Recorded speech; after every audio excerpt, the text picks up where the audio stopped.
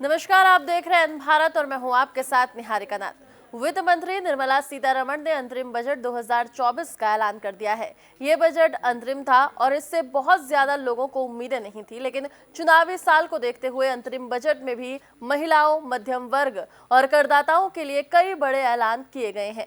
बता दें कि सरकार किराए के मकानों, झुग्गी झोपड़ी, चौल और अनधिकृत कॉलोनियों में रहने वाले मध्यम वर्ग के पात्र लोगों को अपने स्वयं के मकान खरीदने और बनाने में सहायता करने के लिए योजना शुरू करेगी। बता दें कि प्रधानमंत्री आवास योजना, ग्रामीण योजना, इस योजना के तहत सरकार ने 3 करोड़ आवास बनाने का ऐलान किया है। इसमें से 2 करोड़ आवास अगले 5 वर्षों में बनाए जाने की बात की गई है। इस तरह सरकार ने देश की ग्रामीण जनता को बड़ा तोहफा दिया है। प्रधानमंत्री आवास योजना के तहत आवंटन राशि 79,590 करोड़ रुपए से बढ़ाकर 80,671 करोड़ रुपए की गई है। इसके साथ ही सरकार ने बजट में रूफटॉप सौर ऊर्जा योजना का ऐलान किया है। इसके तहत 1 करोड़ घरों को 300 यूनिट की मुफ्त बिजली हर महीने और सौर ऊर्जा के जरिए मिल पाएगी, जिससे 15-18 हजार रुपए की बचत होगी। साथ ही ई व्हीकल की चार्जिंग के लिए बड़े पैमाने पर चार्जिंग स्टेशन बनाए जाएंगे। इससे वेंडरों को काम मिलेगा। इसके साथ साथ महिलाओं को आर्थिक तौर पर सशक्त बनाने के लिए 83 लाख स्वयं सहायता समूह से जुड़ी 9 करोड़ महिलाओं से 3 करोड़ महिलाओं को लखपति दीदी बनाने का लक्ष्य तय किया गया है। तो वहीं वर्षों से लंबित बकाया प्रत्यक्ष कर मांगों को वापस लेने का फैसला किया गया है। वर्ष 1962 जितने पुराने करों से जुड़े विवादित मामले चले आ रहे हैं, वर्ष 2009-10 तक लंबित रहे प्रत्यक्ष कर मांगों से जुड़े 25,000 रुपए तक के विवादित मामलों को वापस लिया जाएगा। इसी तरह 2010-11 से 2014-15 के बीच लंबित रहे प्रत्यक्ष कर मांगों से जुड़े 10,000 रुपए तक के मामलों को वापस लिया जाएगा। सरकार के इस फैसले से कम 1 करोड़ करदाताओं को फायदा होगा। केंद्र सरकार द्वारा पेश किए गए बजट को पूर्व मुख्यमंत्री भूपेंद्र सिंह हुड्डा ने दिशाहीन बताया है। उन्होंने कहा कि पिछले 4 वर्षों से वो पेश होने वाले बजट को बारीकी से देख रहे हैं, लेकिन बजट में आम लोगों के लिए कोई राहत नहीं है। ये चुनाव से पहले केंद्र सरकार का अंतिम बजट है, इससे भी वो कोई उम्मीद नहीं रख रहे हैं। उन्होंने कहा कि मौजूदा भाजपा सरकार ने किसानों की आय दोगुनी करने की बात कही थी, लेकिन 9 साल के कार्यकाल में किसानों की आय दोगुनी नहीं हुई है। इसलिए आज पेश होने वाला बजट दिशाहीन है और आम लोगों को इससे कोई फायदा नहीं होगा। वहीं दूसरी ओर पूर्व मुख्यमंत्री भूपेंद्र सिंह हुड्डा अपने पिता और स्वतंत्रता सेनानी चौधरी रणबीर सिंह की 15वीं पुण्यतिथि पर कार्यक्रमों में पहुंचे थे।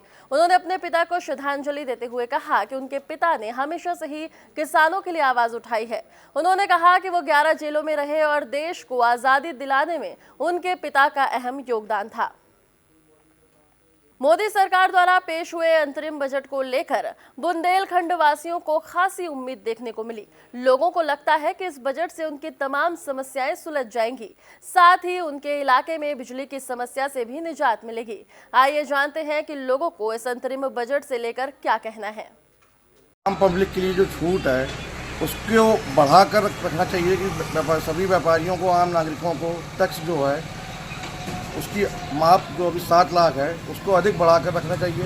एवं व्यापारियों में जैसे सराफा में है, कई चीज़ों में जो जीएसटी बढ़ी हुई है उन सभी जीएसटी को उसमें हटाकर न्यूनतम जीएसटी करना चाहिए, जिससे आम पब्लिक को, व्यापारियों को लाभ मिले। एवं किसानों के जो गल्ला है, दाल है, राशन में जो जीएसटी बढ़कर लगी हुई है, इन जीएसटियों का विशेष ख्याल रखना चाहिए, जिससे आम पब्लिक एवं व्यापारियों को इस बजट से काफ़ी राहत मिले। अभी हाल के दिनों में सरकार ने खाद्य सामग्री, आटा वगैरह, दूध वगैरह में भी जीएसटी लगाई थी, तो क्या ये सरकार को रखना चाहिए? इनको कम करना चाहिए, जिससे आम पब्लिक को हर सुविधा लेने में मददगार साबित हो बजट। एवं सभी पब्लिक को, जनता को टैक्स से भी बचाव कर देना चाहिए। जो पैमाना 7 लाख का है इसको अधिक बढ़ाकर रखना चाहिए कि 1 साल में जिससे 7 लाख से अधिक बजट में भी छूट हो।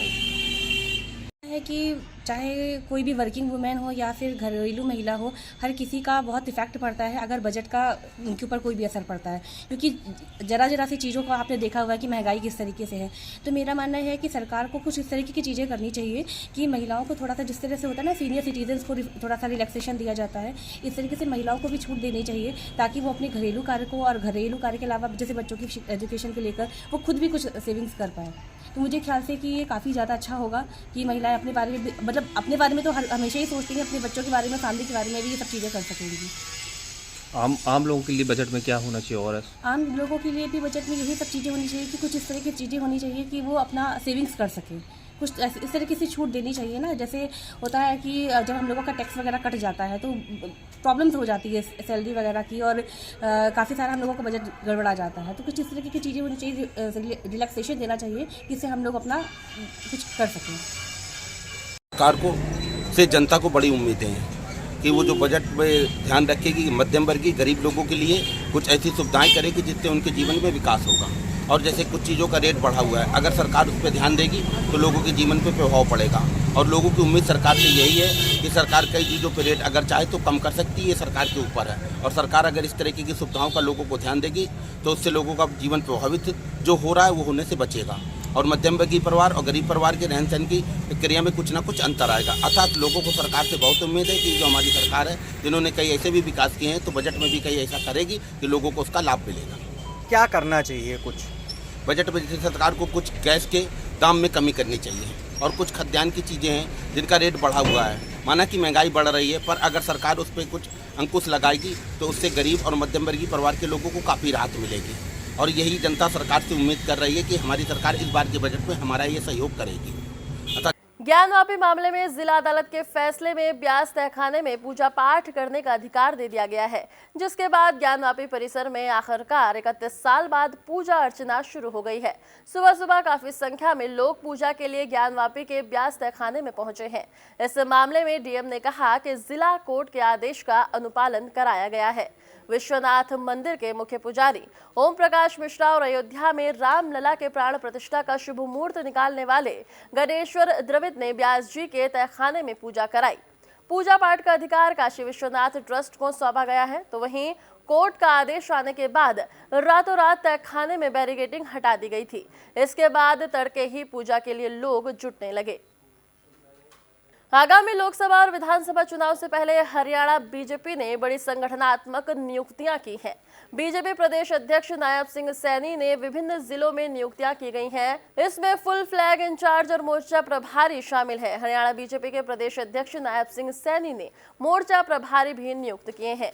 प्रदेश युवा मोर्चा प्रभारी श्री राहुल राणा, प्रदेश महिला मोर्चा प्रभारी श्रीमती अर्चना गुप्ता, प्रदेश ओबीसी मोर्चा प्रभारी श्री जीएल शर्मा, प्रदेश अनुसूचित जाति मोर्चा प्रभारी श्री कृष्ण वेदी, प्रदेश किसान मोर्चा प्रभारी श्री वेदपाल एडवोकेट, प्रदेश अल्पसंख्यक मोर्चा प्रभारी श्री राजीव जैन को बनाया गया है।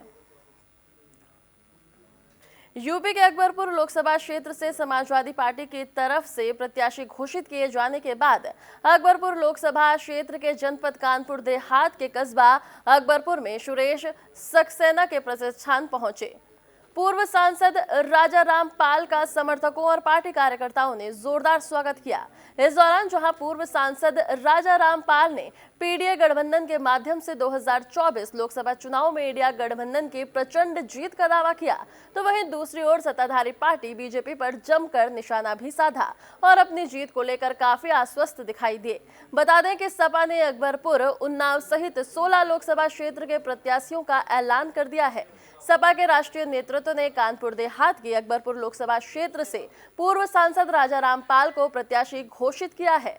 अकबरपुर लोकसभा क्षेत्र से प्रत्याशी घोषित होने के बाद आज पूर्व सांसद राजा राम पाल जनपद कानपुर देहात के अकबरपुर कस्बा पहुंचे। वहीं मीडिया से बात करते हुए पूर्व सांसद राजा राम पाल ने पीडीए गठबंधन के माध्यम से 2024 लोकसभा चुनाव में इंडिया गठबंधन की प्रचंड जीत होने का दावा किया।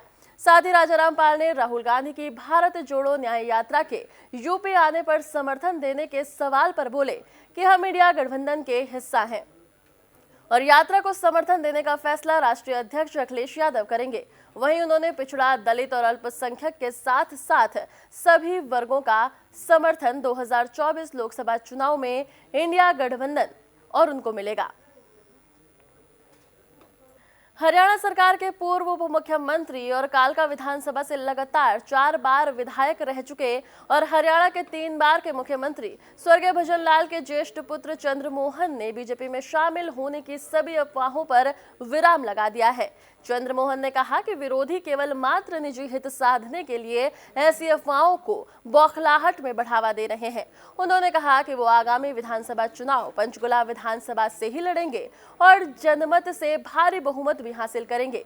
इसके साथ ही चंद्रमोहन ने कहा कि उन्होंने विधानसभा चुनाव के लिए सभी तैयारियों को भी पूरा कर लिया है। राजनीति में जनसेवक को सदैव जनसेवा का मौका मिला है। यही कारण है कि लगातार 4 बार जिला पंचकुला की जनता ने रिकॉर्ड तोड़ बहुमत से विपरीत परिस्थितियों में उन्हें जनता की सेवा करने का मौका दिया है। पिछले 31 साल से निरंतर सक्रियता से विरोधी त्रस्त हैं। कांग्रेस पार्टी के हर कार्यकर्ता में उनके साथ ही बढ़ चढ़कर हिस्सा ले रहे हैं और यही कारण है कि झूठी अफवाहों को बढ़ावा दे रहे हैं। उन्होंने कहा कि ऐसा प्रतीत हो रहा है कि जो बरसाती मेंढक ऐसा भ्रामक प्रचार कर रहे हैं, यही लोग बीजेपी में शामिल होने का काम करेंगे। और ऐसे उदाहरण हाल ही में बीजेपी में शामिल हुए कुछ बरसाती मेंढकों के देखने को मिल सकते हैं, जहां कुछ कांग्रेसी नेता बीजेपी में शामिल हुए। साथ ही चंद्रमोहन ने बताया कि चुनाव नजदीक आते ही बरसाती मेंढक लोगों में विभिन्न प्रकार की भ्रांतियां फैलाकर निजी हित साधने का काम करते हैं और वर्तमान में भी कुछ कथित नेता धनबल के आधार पर बरसाती मेंढक के रूप में आम जन को भटकाने के लिए ऐसी अफवाहें फैला रहे हैं।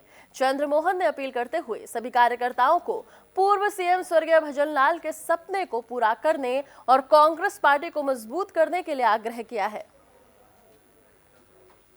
सीएम फ्लाइंग की टीम ने बुधवार को गन्नौर एसडीएम कार्यालय में छापा मारा। सीएम फ्लाइंग के निरीक्षक श्रवण सिंह के नेतृत्व में पहुंची टीम ने एसडीएम कार्यालय में पहुंचते ही कर्मचारियों की हाजिरी की जांच की तो अधिकतर कर्मचारी ड्यूटी से नदारद मिले, लेकिन कुछ ही देर बाद काफी कर्मचारी ड्यूटी पर पहुंच गए, जबकि 4 कर्मचारी ड्यूटी पर नहीं आए। टीम ने चारों नदारद कर्मचारियों के नाम आगामी कार्रवाई के लिए उच्च अधिकारियों को भेज दिए। टीम ने एसडीएम कार्यालय में लगे सीसीटीवी फुटेज कैमरों की भी जांच की तो सभी 14 कैमरे चालू हालत में मिले। इसके बाद टीम आरसी और लाइसेंस शाखा में पहुंची तो वहां भी लाइसेंस क्लर्क ज्योति अदालत मिली। टीम लाइसेंस क्लर्क ज्योति के आने का इंतजार करती रही, लेकिन बाद में टीम को पता चला कि वो सोनीपत ट्रेनिंग पर गई हैं, जिस वजह से टीम आरसी और लाइसेंस से संबंधित रिकॉर्ड की जांच नहीं कर पाई। जानकारी के मुताबिक सीएम फ्लाइंग को शिकायतें मिली थी कि गन्नौर एसडीएम डॉक्टर निर्मल नागर के गुड़गांव ट्रेनिंग पर जाने के बाद से एसडीएम कार्यालय के कर्मचारी समय पर ड्यूटी पर नहीं पहुंच रहे और ना ही लोगों का काम कर रहे हैं। सूचना के बाद सीएम फ्लाइंग टीम मौके पर पहुंची तो मौके पर मौजूद लोगों ने भी उन्हें एसडीएम कार्यालय के कर्मचारियों की शिकायत दी। लोगों ने बताया कि वे एसडीएम कार्यालय में आरसी लेने के लिए कई बार चक्कर काटने को मजबूर हो रहे हैं। कर्मचारी उनकी कोई सुनवाई नहीं कर रहे हैं। लोगों ने बताया कि लाइसेंस क्लर्क ज्योति उन्हें आरसी के लिए बार बार दौड़ाती हैं।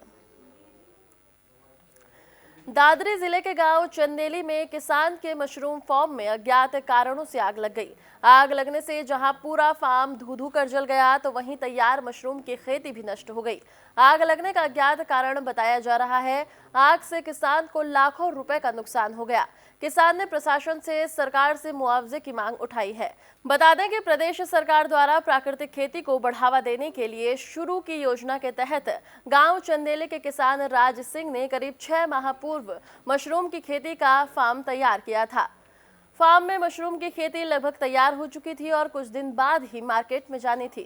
बीती रात अज्ञात कारणों के चलते मशरूम के फार्म में आग लग गई। तो वहीं किसान ने बताया कि ग्रामीणों की सहायता से कड़ी मशक्कत के बाद आग पर काबू पाया गया। तब तक पूरा फार्म जलकर खाक हो चुका था। किसानों ने बताया कि गांव में कई अन्य किसानों ने भी मशरूम फसल का फार्म लगाया हुआ है। आग लगने के बाद सभी किसान चिंतित हैं और उनका मनोबल टूट गया है। ग्रामीणों ने सरकार व प्रशासन से मांग करते हुए कहा कि किसान को आग लगने से हुए नुकसान के लिए आर्थिक सहायता देने की गुहार लगाई। अयोध्या जाकर रामलला के दर्शन करने के इच्छुक श्रद्धालुओं के लिए अच्छी खबर है। हरियाणा सरकार ने अयोध्या तक सीधे बस सर्विस शुरू करने का निर्णय लिया है।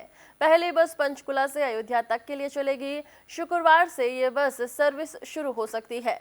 सप्ताह में 3 दिन यानी कि सोमवार, बुधवार और शुक्रवार को पंचकुला से बस अयोध्या के लिए जाएगी। वहीं से वापसी मंगलवार, बृहस्पतिवार और शनिवार को होगी। तो वहीं दूसरी ओर सरकार ने किलोमीटर स्कीम पर परिवहन बेड़े में 1000 और बसों को शामिल करने का निर्णय लिया है।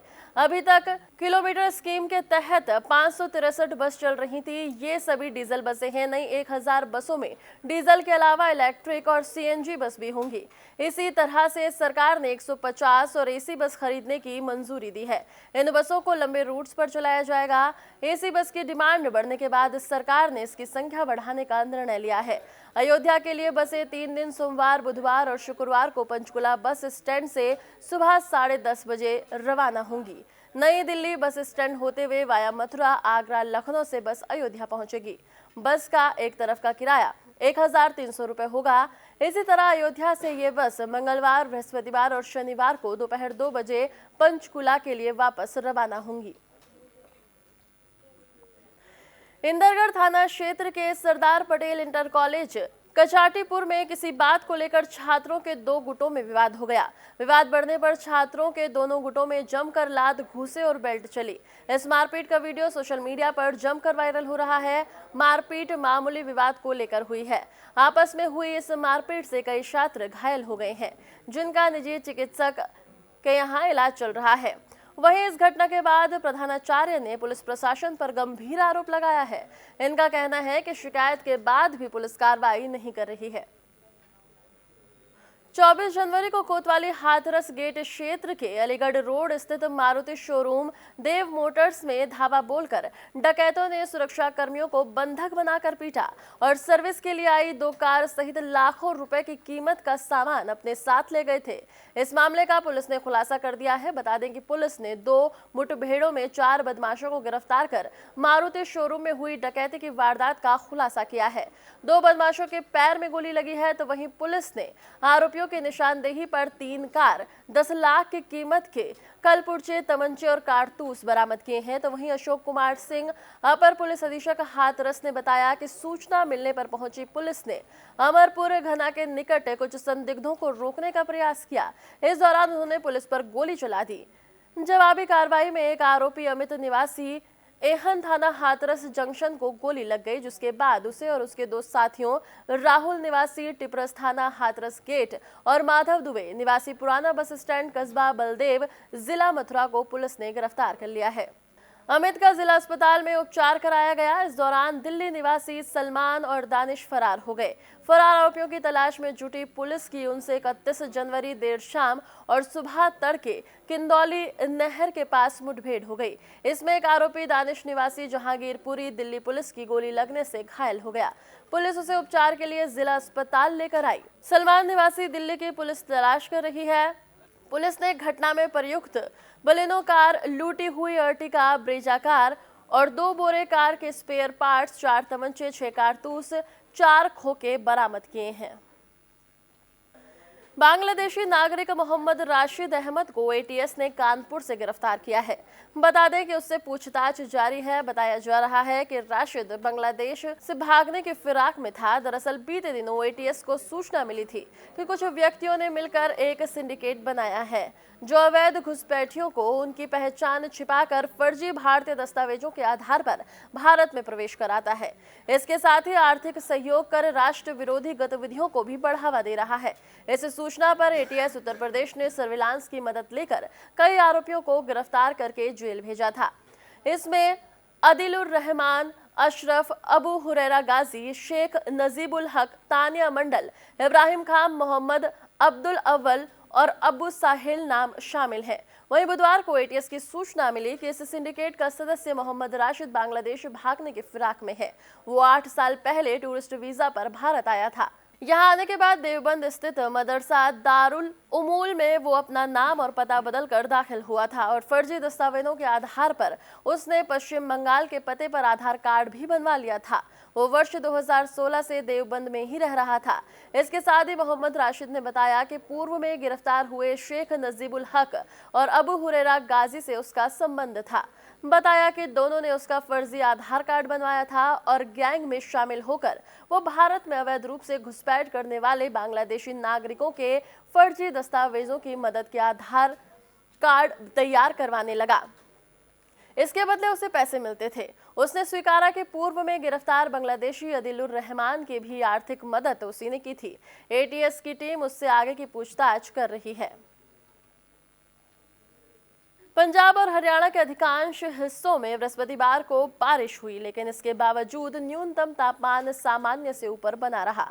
मौसम विभाग के अनुसार पंजाब में चंडीगढ़, लुधियाना, अमृतसर, पटियाला, गुरदासपुर, पठानकोट, फरीदकोट और मोहाली सहित अन्य स्थानों पर बारिश हुई, जबकि हरियाणा में अंबाला, हिसार, करनाल, रोहतक, भिवानी में बारिश ने दस्तक। पंजाब के मोगा जिले में बारिश के साथ ओले भी गिरे। पंजाब के अमृतसर में न्यूनतम तापमान 9.3 डिग्री सेल्सियस दर्ज किया गया, जो इस मौसम के औसत तापमान से 4 डिग्री अधिक है, जबकि लुधियाना और पटियाला में न्यूनतम तापमान 12.4 डिग्री सेल्सियस दर्ज किया गया। पठानकोट, भटिंडा, गुरदासपुर और फरीदकोट में न्यूनतम तापमान क्रमशः 10.4 डिग्री सेल्सियस, 11.2, 10.3 और 10.2 डिग्री सेल्सियस दर्ज किया गया। हरियाणा के अंबाला और हिसार में न्यूनतम तापमान क्रमशः 11.8 डिग्री और 11.2 डिग्री सेल्सियस दर्ज किया गया, जो सामान्य तापमान से 4 डिग्री अधिक है। करनाल, नारनौल, रोहतक, भिवानी और सिरसा में न्यूनतम तापमान क्रमशः 12.1 डिग्री सेल्सियस, 12.4 और 10.7 डिग्री और 12 डिग्री सेल्सियस था। चंडीगढ़ में न्यूनतम तापमान 12.5 दर्ज किया गया, जो सामान्य से 3 डिग्री अधिक है। मौसम विभाग के पूर्वानुमान मुताबिक शुक्रवार रात को चमक, गरज और तेज हवाओं के साथ झमाझम बारिश हुई। बारिश के बाद जहां किसानों की फसलों को नुकसान हुआ, तो वहीं शहर समेत देहात क्षेत्रों की बिजली सप्लाई भी चरमरा गई। साथ ही बारिश के बाद मौसम ठंडा हो गया, लोगों को ठंड का एहसास भी हुआ। तो वहीं तेज बारिश से जल जमाव की भी समस्या खड़ी हो गई। वहीं डीएम चंद्रप्रकाश सिंह ने मौसम को लेकर अलर्ट जारी किया, जिसमें लोगों को सतर्क रहने के साथ अनावश्यक रूप से घरों से न निकलने की सलाह दी गई। डीएम ने कहा कि मौसम का मिजाज बदल रहा है, जरूरी कार्य से ही लोग घरों से बाहर निकलें। और फिलहाल इस बुलेटिन में बस इतना ही। देश और दुनिया की तमाम खबरों के लिए देखते रहिए एन भारत।